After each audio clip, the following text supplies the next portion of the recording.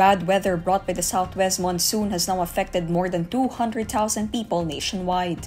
In a July 16 situational report, the National Disaster Risk Reduction and Management Council says at least 93,000 families, consisting of about 220,000 individuals, have recently experienced heavy rain, floods, and other effects of the southwest monsoon, locally called habagat.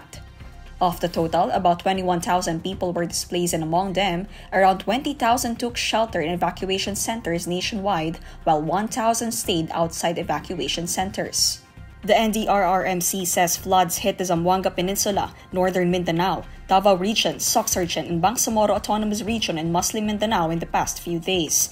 2 people died and 2 people were injured, while another one went missing due to the southwest monsoon's effects. However, the agency notes that it has so far validated only one of the 2 reported fatalities. According to the State Weather Bureau, the southwest monsoon has brought moderate to heavy or heavy to intense rainfall over the western sections of southern Luzon, Visayas, and Mindanao since July 11. Senate President Chis Escudero says suspended Bamban Mayor Alice Guo will be safe and may even be allowed to use gadgets if she ever gets arrested and taken into custody by the Senate. In an ambush interview with reporters, Escudero says Guo and her family members will be detained in a facility near a Philippine National Police office within the Senate compound. Should their arrest push through, it will be the first time the room will be utilized since it was refurbished in 2023. The detention facility is an air-conditioned room with its own restroom and bunk beds. Meals will also be shouldered by the Senate. As if Guo will be allowed to use gadgets while in detention, Escudero admits he does not see the reason why the embattled local official should not be allowed to use such. In the same interview, Escudero says he believes Guo has no reason to be scared, adding that her detention is only meant to ensure her attendance in the hearings.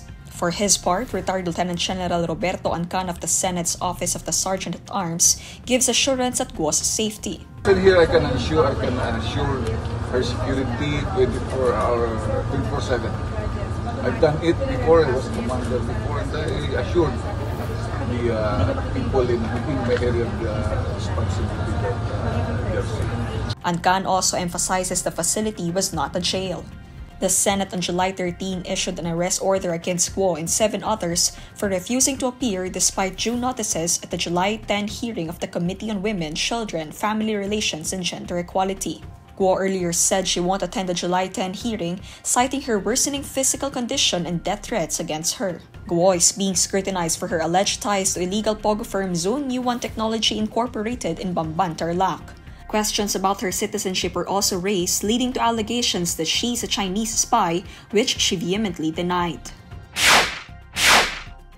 There has yet to be any rotation and resupply mission at the Naval Outpost in Ayungin Shoal in the West Philippine Sea since the violent June 17 incident there, according to a Navy official. However, Navy spokesperson for the West Philippine Sea, Rear Admiral Roy Vincent Trinidad, assures that the supplies for the troops in the BRP Sierra Madre remain sufficient. According to Trinidad, the last activity was the July 7 medical evacuation of a Navy personnel.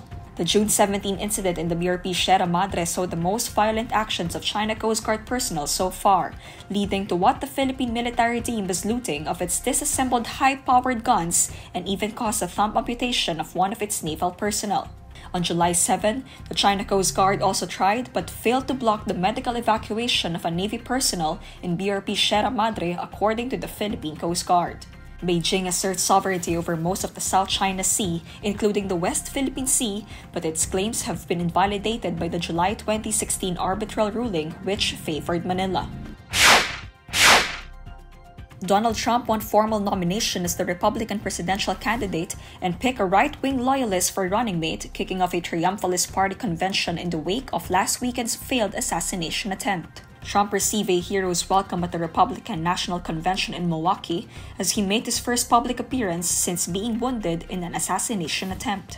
Wearing a white bandage on his ear, the former U.S. president waved to the packed arena and received a standing ovation from cheering supporters 2 days after the batch attack at a Pennsylvania rally. Trump made no remarks to the convention and instead stood alongside his newly announced running mate, Senator J.D. Vance. Vance had been widely expected as Trump's pick. He will bolster the ticket on the right wing, but with less chance of expanding appeal to more moderate voters and women.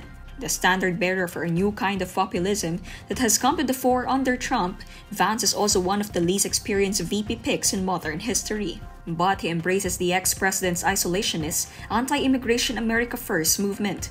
Vance is further to the right than his new boss on many issues including abortion, where he embraces calls for federal legislation.